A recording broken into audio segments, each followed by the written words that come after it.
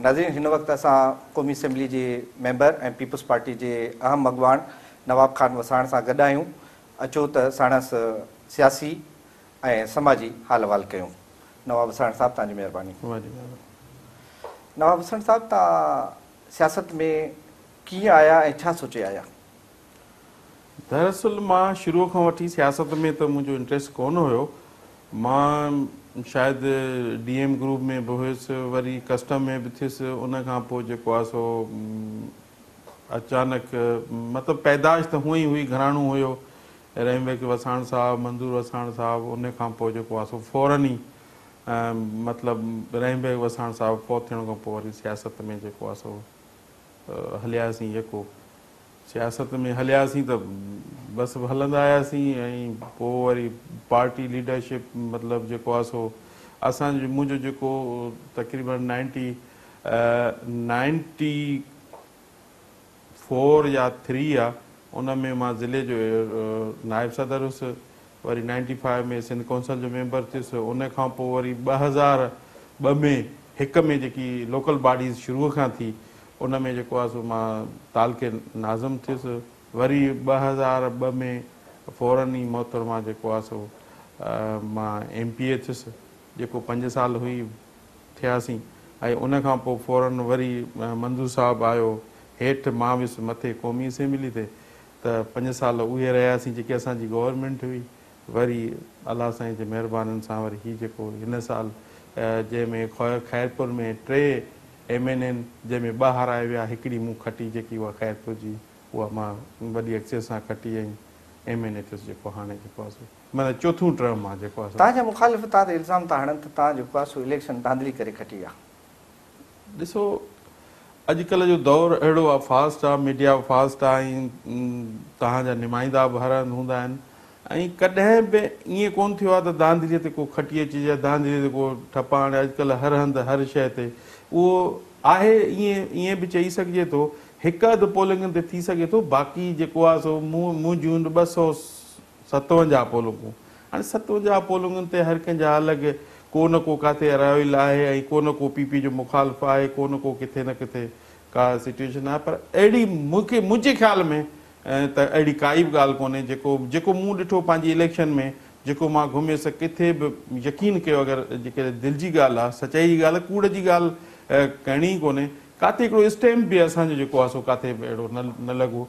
हाणे ज़ाहिर आहे किथे किथे हिकु अधु ते कोई वर्कर जा कोई माण्हू ॿई पासा लॻनि था, उहो थिए थो। बाक़ी सच अहिड़ो को हिकु अधु पोलिंग ते को अहिड़ो को वॾो इशू कोन्हे जंहिं ते हुन ते थिए जेको आहे सो 260 पोलिंगनि ते जेकॾहिं हिकु अधु ते। बाक़ी हाणे लीड हेॾी पोइ ॿिया बि न हणनि साईं। ॿिया बि जेके आहिनि, ॿिया दुनिया ते इलेक्शन लड़े, उहो ज़ाहिर ई आहे उन्हनि जो बि जेके उन्हनि जा पंहिंजा वॾा इहे आहिनि, हिननि जा सभु कुझु जेके इलाइक़ा जा उहे आहिनि। हाणे जीअं जतुनि जी इलेक्शन हुई, उते बि ॾिठो त पाकिस्तान पीपुल्स पार्टी खटी। ईअं कोन्हे त ठपा हणण को अॼुकल्ह उहो अॼोके दौर में नथो वणी सघे, सवाइ MQM जे। MQM जी पंहिंजी हिकिड़ी रियासत आहे, उनजे करे थिए थो। बाक़ी सच सिंधी माण्हू पाकिस्तान पीपुल्स पार्टी कॾहिं हिननि ठपनि ते यकीन कोन रखियो, ऐं ठपनि जी सियासत कॾहिं कई कोन्हे पाकिस्तान पीपुल्स पार्टी। अलाए बार बार इख़्तिलाफ़नि जे बावजूदु पीपुल्स पार्टी ऐं MQM हिक ॿिए सां ठही था वञनि, कॾहिं नाराज़ था थियनि, इनखे कीअं था सम्झो? छा इहा सुठी सियासत आहे?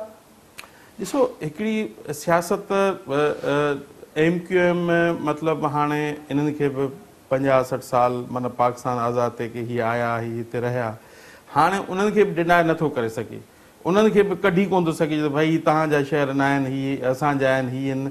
हाणे उन में इहो फैक्टर आहे त पाकिस्तान पीपुल्स पार्टी सभ खां वॾे में वॾी पार्टी आहे, सिंध हुजे या वफ़ाक़ जी हुजे। उन में छा आहे त हिकिड़ी MQM बि पार्टी आहे, उन खां पोइ सेकेंड ते MQM आहे, ॿी का पार्टी कोन्हे। सो उन जे करे जेको आहे सो ज़ाहिरी आहे हिते जेको तव्हांखे कराची जी ख़बर आहे, हैदराबाद जी ख़बर आहे, जेकॾहिं तव्हां MQM सां न हलंदव, तव्हांजी दोस्ती न हूंदी, तव्हांजी उहो न हूंदो रिलेशन, त तव्हां मुंहिंजे ख़्याल में तव्हांखे डिफिकल्टियूं ईंदियूं, मसइला पैदा थींदा।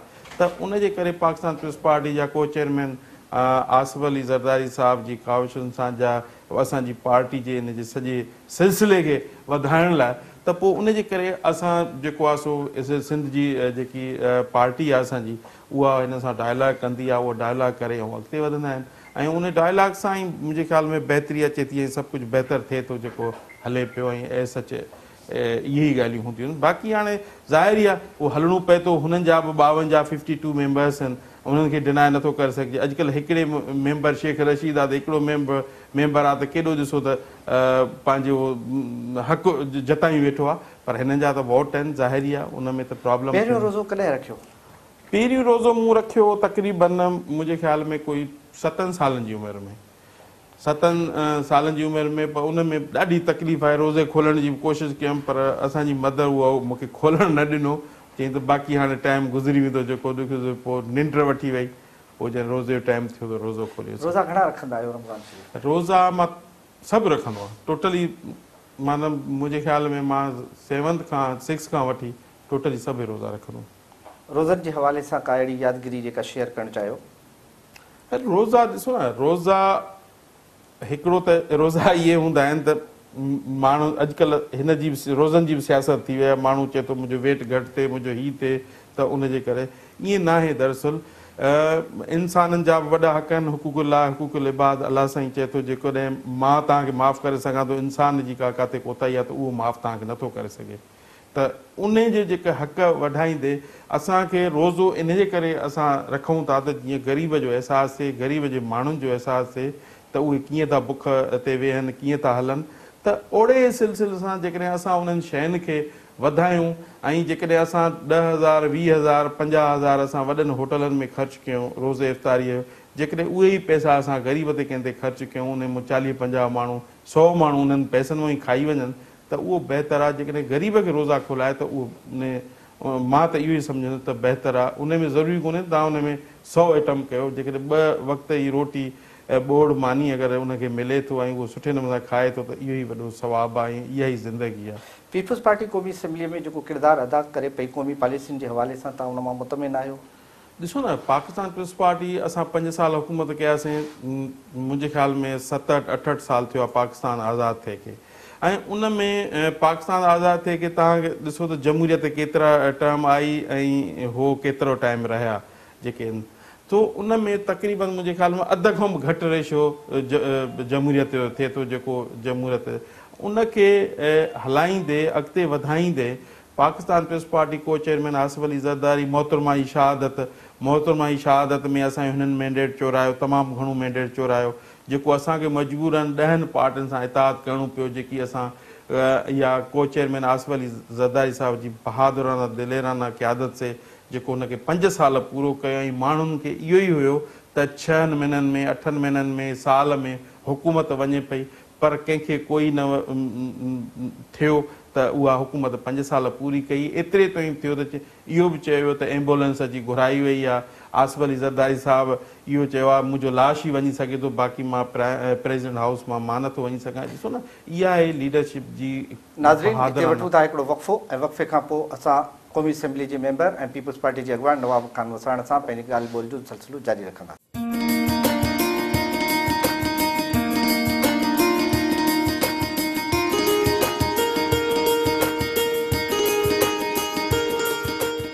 नाज़रीन, अचो त असां नवाब खान वसाण मेंबर क़ौमी असैम्बली ऐं पीपल्स पार्टी अॻवान सां पंहिंजी ॻाल्हियुनि जो सिलसिलो जारी रखूं।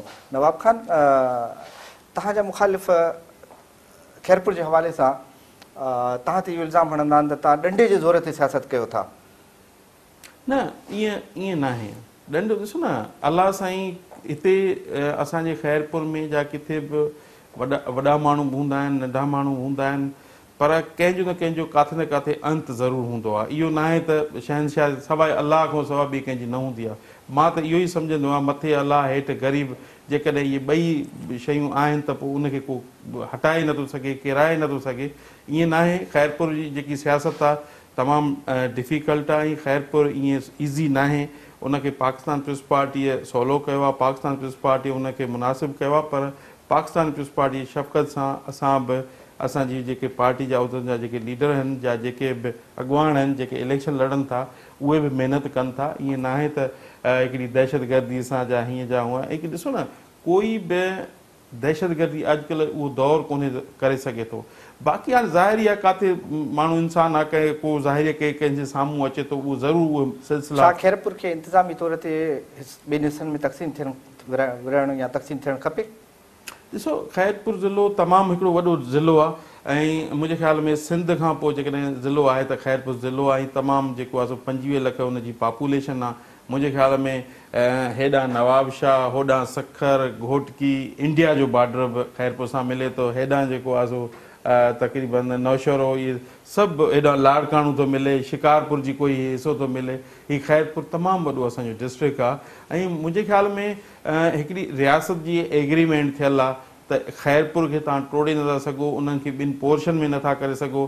जेकॾहिं उहो कंदो त वरी उहो उन्हनि जे लाइ प्रॉब्लम क्रिएट थींदा, उनजे करे इहो सिलसिलो थी नथो सघे ऐं उनखे अॻिते बि मुंहिंजे ख़्याल में ईअं न थींदो जेको आहे सो। हा, इहे ईअं आहे त डिवीज़न ख़ैरपुर थिए, उन में को हिसाब मिलाए करे उन में गॾाइनि उहा ॿी ॻाल्हि आहे। बाक़ी एज सच इन ख़ैरपुर खे टोड़े नथो सघिजे ऐं ख़ैरपुर खे सियासी तौर ते ख़ैरपुर खे विरहाइण जा हामी न आहियो। न ॾिसो न, सियासी तरह जॾहिं त असांजी लीडरशिप चाहींदी त उहो बि नथो थी सघे। उहो त वरी जेके अॻिला जेके हिन रियासत में रहंदड़ उहे जेके रियासत पाण खे सम्झनि, उहे चवनि था त असां कोर्ट खे रुजू कंदासीं ऐं असां इन्हनि शइ टोड़ण जे हामी न आहियूं। 1-2 पोर्शन जी बि ॻाल्हियूं हलियूं, पर मुंहिंजे ख़्याल में उहो बि कामयाबु न थो, छाजे उहो बि इन जे हिकिड़ी सिलसिले जी कड़ी आहे। ख़ैरपुर में जेको इंतिज़ामी सेटअप हूंदो आहे उन में पुलिस यानी SP SSP हमेशह वसाण साहिबनि वटि हूंदो आहे ऐं डिप्टी कमिश्नर साईं कामिली शाह वटि हूंदो आहे। SP तव्हांजो, पुलिस तव्हांजी, पोइ बि ख़ैरपुर में एॾो वॾो क्राइम थिए थो ऐं उन ते क़ाबू नथो कयो वञे, उनजो छा फेल्यूर जो सबबु छा आहे? ॾिसो, ईअं बि न आहे। DC जा ASP इहे सभु शयूं पार्टी लीडरशिप फ़ैसिला कंदी आहे ऐं उन खां पोइ साईं कामिली शाह, मंजूर वसाण साहिबु, असांजा इन में को बि अहिड़ो को न आहे त जेको आहे असां जॾहिं पार्टी जी ॻाल्हि ईंदी आहे त सभु उथी बीहंदा आहियूं। जॾहिं पार्टी न हूंदी आहे त पोइ वरी ईअं माण्हू रूटीन में हलंदो आहे। पर पार्टी जी जॾहिं बि असां में ॻाल्हि ईंदी आहे, कंहिं में बि ईंदी आहे, त उहो पार्टी जो साथ ॾींदो आहे ऐं पार्टी सां ई हूंदो आहे। ऐं जाकूं हीअ इलेक्शन थी आहे, उन में जेको मूं ॾिठो, जेको मूं कयो, ज़ाहिरी आहे MNA मां हिकिड़ो आहे, त उते जेको ख़ैरपुर जी सिचुएशन, ख़ैरपुर में ईअं थियो आहे त ज़ाहिरी आहे असांजा मुखालिफ़ आहिनि, उहे ॿियो को उन्हनि खे रस्तो कोन्हे। रस्तो इहो ई आहे त ग़रीब माण्हू खे पाणी मां अॻुवा, पाणी वराईंदे उतां अॻुवा थी वियो ऐं ग़रीब माण्हू को रस्ते वेंदे अॻुवा थी वियो, हिकु डिस्पेंसर अॻुवा थी वियो, ॿियो को ईअं अॻुवा थी वियो।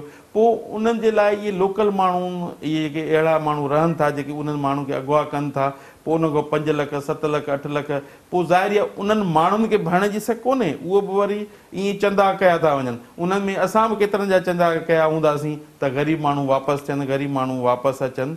पर उहो ॾिसो, उन में पुलिस जो मूंखे जेको मां ॾिठो आहे, पुलिस जो हूअं ई बि किथे बि कंहिं बि इन में किरदारु न रहियो आहे। पुलिस कॾहिं बि माण्हू वापसि करण में, तव्हां ॾिसो त जेकॾहिं तव्हां मूंखे इहो ॿुधायो त पुलिस को माण्हू अॻुवा थियो हुजे, पुलिस वापसि करायो हुजे, मूंखे नथो लॻे त पुलिस अॼु ॾींहं ताईं को अहिड़ो किरदारु अदा कयो हुजे। पर उहो माण्हू पाण ई चारा पैसा भरे मोटंदा आहिनि, पोइ वरी उन में वरी पुलिस चवंदी आहे त जेको आहे सो असां कयो। जनरली मुंहिंजी हिकिड़ी ॻाल्हि आहे। पोइ उन में जेको आहे सो असां सभिनी खे हिकिड़ो सोचणु घुरिजे, जेके इहे कहिड़ा माण्हू आहिनि, छो पिया कनि, त उन्हनि खे वाक़ो थियणु घुरिजे ऐं उन्हनि माण्हुनि खे तंबीह करणु घुरिजे त घटि में घटि इहे शयूं न थियणु घुरिजनि जेके कंहिं ते आज़ार बणिजनि। ऐं क्राइम जो हूअं ई बि ख़ैरपुर जो जेको लॉ एंड ऑर्डर आहे, सुठो बि नथो चई सघिजे, ख़राबु बि नथो चई सघिजे, ठीकु आहे। मतिलबु जेको आहे सो हिकिड़ो चइजे न, तमामु सुठो आहे उहो बि न आहे, तमामु ख़राबु उहो बि न आहे, मतिलबु ठीकु आहे। मतिलबु हिकिड़ो असां उनखे वधाईंदे, मुंहिंजी त हर हंधि कोशिशि हूंदी आहे त इन क्राइम ते मंजूर वसाण साहिबु हुजे, कामिली शाह हुजे, सभई कोशिशि कंदा आहिनि त इनखे बहितरी आणिजे। तो असां चाहियूं था त इन शयुनि खे बहितरी आणियूं ऐं ॾिसूं जेको हाणे बि क्राइम ते आहे, मां त हुननि खे फौरन चयो भई कंहिंखो बि चवणु न वठो, एस जो पंहिंजी मर्ज़ी ते रखो, तव्हां पंहिंजो रिज़ल्ट ॾियो। असली छा आहे त ब्यूरोक्रेट बि सियाणा आहिनि, पोइ चवंदा आहिनि हीउ बि एस जो हिन जो, हीउ बि हिन जो, पोइ उन ते सियासत थी वेंदी आहे गिंडेड़ी जी। ऐं जेको माण्हू एस जो सियासत करे थो त उनखे मुंहिंजे ख़्याल में अॻिते वधण जो हक़ु ई न आहे। एस जो इहे इन्हनि खे ॾिजे ऐं उन खां लॉ एंड ऑर्डर बहितर वठिजे ऐं उन खां कमु वठिजे, उहो बहितर आहे। जेको आहे नवाब खान वसाण जो लीडर मंजूर हुसैन वसाण आहे या आसिफ अली ज़रदारी आहे? ॾिसो न, सभिनी जो लीडर आहे आसिफ अली ज़रदारी साहिबु। आसिफ अली ज़रदारी साहिबु हिकिड़ो बहादुर आहे ऐं वॾो तमामु हिमत वारो आहे। ऐं मंजूर वसाण त मुंहिंजो वॾो आहे ऐं उनजो त वॾो माना उन में त सभु कुझु अची वियो। बाक़ी लीडर सभिनी जो जेको आहे आसिफ अली ज़रदारी साहिबु आहे ऐं को चेयरमैन आसिफ अली बिलावल भुट्टो ज़रदारी आहे ऐं तमामु बहादुर ऐं हिमत वारा आहिनि। ऐं असांखे ख़ुशी तॾहिं महसूसु थींदी आहे त जॾहिं असांखे आसिफ अली ज़रदारी साहिबु जहिड़ो लीडर मिलियो आहे, ऐं मंजूर वसाण जहिड़ो, ऐं बिलावल भुट्टो साहिब जहिड़ो, ऐं अदी फरियाल जहिड़ो। सो इहे शयूं आहिनि इन्हनि खे। खुर्शीद शाह साहब तव्हांजो अपोजिशन लीडर आहे क़ौमी असेंबली में, तव्हां उनजी कारकर्दगी मां केतिरा मुतमिन आहियो? ॾिसो, खुर्शीद शाह बेसिकली ॾिसो न, उहो जेको हाई कमान खां हुनखे डायरेक्शन ईंदा आहिनि उहो उन ते ई अमल कंदो आहे। खुर्शीद शाह को पंहिंजी कोन हलाईंदो आहे, ऐं हाई कमान जो ई हुकुम हूंदो आहे, हाई कमान जो ई। ऐं खुर्शीद शाह तमामु सुठे नमूने सां, ऐं खुर्शीद शाह बि हूअं ई बि हुनजो जेको किरदारु आहे, ऐं हूअं ई बि उते जेकी हिनजी उथणी वेहणी आहे तमामु सुठी, ऐं हुन बि बहितर तरीक़े सां ऐं थोरे हिन अरसे में पंहिंजो नालो हुन बि कमायो आहे। ईअं न आहे त हू बि महिनत करे थो। बहरहाल जेकी बि डायरेक्शन हूंदी आहे उहा लीडरशिप तरफ़ां हूंदी आहे, हिन जो को हुन में किरदारु हूंदो आहे। खैरपुर ज़िले में मुस्लिम लीग फंक्शनल ऐं मुस्लिम लीग नून जो मुस्तक़बिल छा था ॾिसो? ॾिसो, खैरपुर में फंक्शनल लीग, मां त नून लीग चवां त आहे ई कोन। खैरपुर में नून लीग आहे ई कोन। उहो वक़्तु ॿुधाईंदो नून लीग छा आहे। नून लीग जा सभु माण्हू टुटी विया। फंक्शनल लीग जो बि मुंहिंजे ख़्याल में हिन वक़्तु को किरदारु कोन्हे, ऐं फंक्शनल लीग पूरे सिंध में ख़तमु थी चुकी आहे, नून लीग बि ख़तमु थी चुकी आहे। हिते जेके बि माण्हू हुया सभु पाकिस्तान पीपल्स पार्टी में शामिलु थिया आहिनि, ऐं शामिलु थियनि पिया।